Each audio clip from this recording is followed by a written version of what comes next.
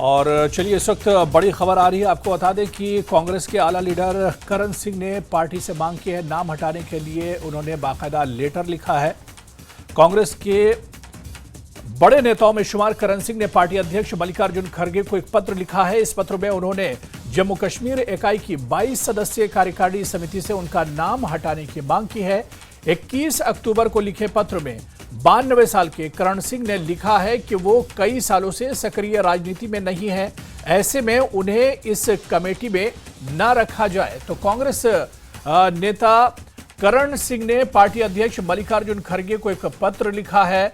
इस पत्र में उन्होंने जम्मू कश्मीर इकाई की 22 सदस्यीय कार्यकारी समिति से उनका नाम हटाने की मांग की है।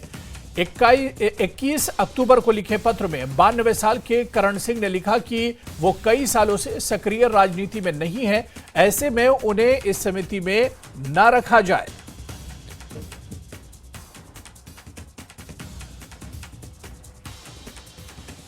और सीनियर जर्नलिस्ट पल्लवी जोशी जी हमारे साथ इस वक्त जुड़ी हुई हैं फोन लाइन पर।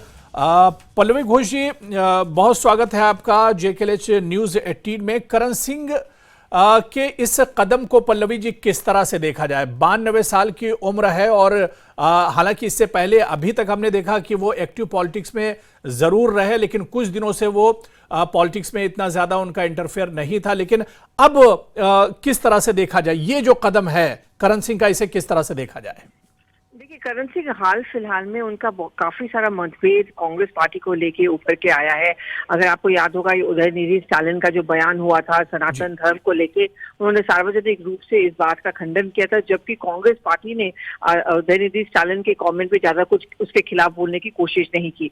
एक ये, दूसरी बात ये है कि करण सिंह ने फिलहाल जयराम रमेश के कमेंट से भी आपत्ति जताई थी, कहा था कि उनको माफी मांगनी चाहिए, क्योंकि जवाहरलाल नेहरू के संदर्भ में उस समय जयराम रमेश ने इनके पिता हरि सिंह के खिलाफ भी कुछ कहा था। तो हाल फिलहाल में बहुत सारे ऐसे बयान आ रहे हैं करण सिंह से, जो लगता था कि उनका कांग्रेस के साथ मतभेद चल रहा है, लेकिन सार्वजनिक रूप से वो राजनीति में सक्रिय नहीं भी रहे हैं।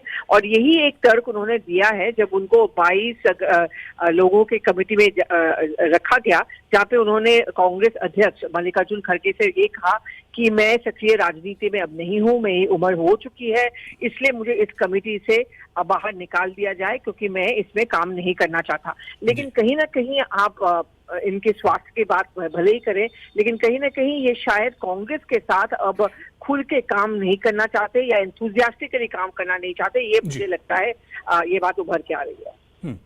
पल्लवी जी, जिस तरह से ये कदम है करण सिंह का, क्योंकि एक बहुत बड़ा कद पार्टी के अंदर करण सिंह का हमेशा से एक तरह से माना गया है। पार्टी में एक बड़ा चेहरा माना जाता था, सिर्फ जम्मू कश्मीर की पॉलिटिक्स में नहीं बल्कि नेशनल पॉलिटिक्स में भी उनका एक बड़ा चेहरा माना जाता था।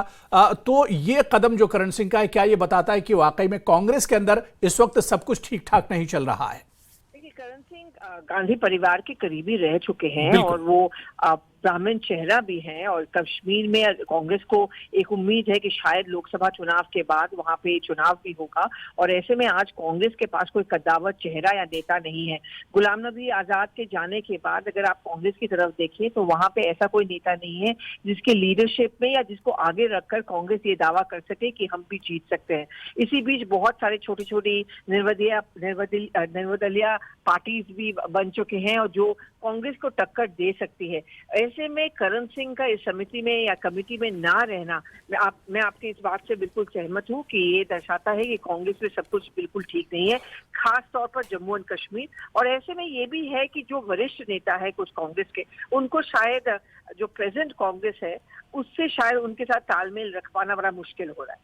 बिल्कुल पल्लवी जी, इस समिति की अगर हम बात करें, इस कमेटी की बात करें जिसमें अपना नाम वापस लेने की बात करण जी कह रहे हैं, करण सिंह कह रहे हैं, क्योंकि इसमें सैफुद्दीन सोज जैसे सीनियर लीडर भी शामिल हैं। इसके अलावा गुलाम अहमद मीर, तारिक हमीद कर्रा, इस तरह के बड़े चेहरे इसमें शामिल हैं। और इस कमेटी में न शामिल होना मतलब ये कई तरह के एक तरह से सवाल उठते हैं इस पर। देखिए, जो हिंदू वोट है खासतौर पे जम्मू में, वो कांग्रेस के लिए बहुत अहम है।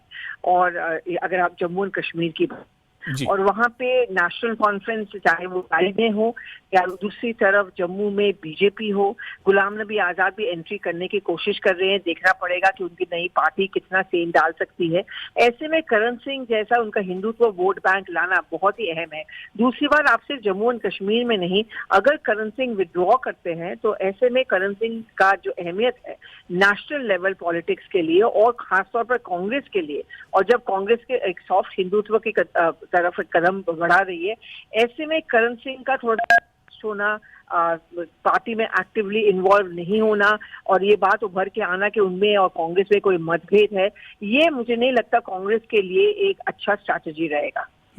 बिल्कुल पल्लवी जी, कुछ और पीछे की अगर हम बात करते हैं तो जब कांग्रेस अध्यक्ष को लेकर बात चल रही थी CWC में कि कांग्रेस का अध्यक्ष कौन होगा आने वाले दिनों में, सोनिया गांधी की तबीयत खराब चल रही थी, उस वक्त भी करण सिंह ने कई नाम सुझाए थे और पार्टी को उस वक्त भी मशवरा दिया था, क्योंकि एक बड़ा कद पार्टी में करण सिंह का हमेशा से रहा है और उनकी बात को एक तरह से माना भी जाता है पार्टी के अंदर। एक समय माना जाता था। मैं ये कहूंगी कि जो सोनिया गांधी वाला कांग्रेस था उसमें करण सिंह को बहुत ही अहमियत दी जाती थी। वो कांग्रेस वर्किंग कमेटी के भी सदस्य थे और सोनिया गांधी के सबसे करीबी सलाहकारों में से थे, खासतौर पर अमेर पटेल के जाने के बाद। लेकिन हम लोग जो रिपोर्ट करते हैं, हमने अक्सर देखा है कि अब बहुत सारे कांग्रेस में गुट हो गए हैं। एक तो सोनिया गांधी कांग्रेस है, जो वरिष्ठ नेता हैं उसमें है, वो फील करते हैं कि हम लेफ्ट आउट फील करते हैं। जैसे G23 में चिट्ठी लिखी थी, उनका कहना है कि हमारा जो तजुर्बा है उस पर इस्तेमाल नहीं किया जाता। और आजकल जो कांग्रेस के नेता हैं वो यंग है और वो नहीं समझते हैं कि कांग्रेस की आइडियोलॉजी क्या है और उनका ट्रैक रिकॉर्ड भी अच्छा नहीं रहा। ऐसे में जो न्यू कांग्रेस है, जो राहुल गांधी का कांग्रेस माना जाता है, शायद उसमें करण सिंह अपने आप को फिट नहीं कर पा रहे हैं। तो बिल्कुल पल्लवी घोष जी, बहुत बहुत शुक्रिया हमारे साथ इस खबर पर जुड़ने के लिए और बातचीत करने के लिए। तो कांग्रेस के वरिष्ठ नेता और जम्मू कश्मीर में पार्टी का बड़ा चेहरा करण सिंह ने पार्टी अध्यक्ष मल्लिकार्जुन खड़गे को एक पत्र लिखा है और इस पत्र में उन्होंने जम्मू कश्मीर इकाई की 22 सदस्यीय कार्यकारी समिति से उनका नाम हटाने की मांग की है।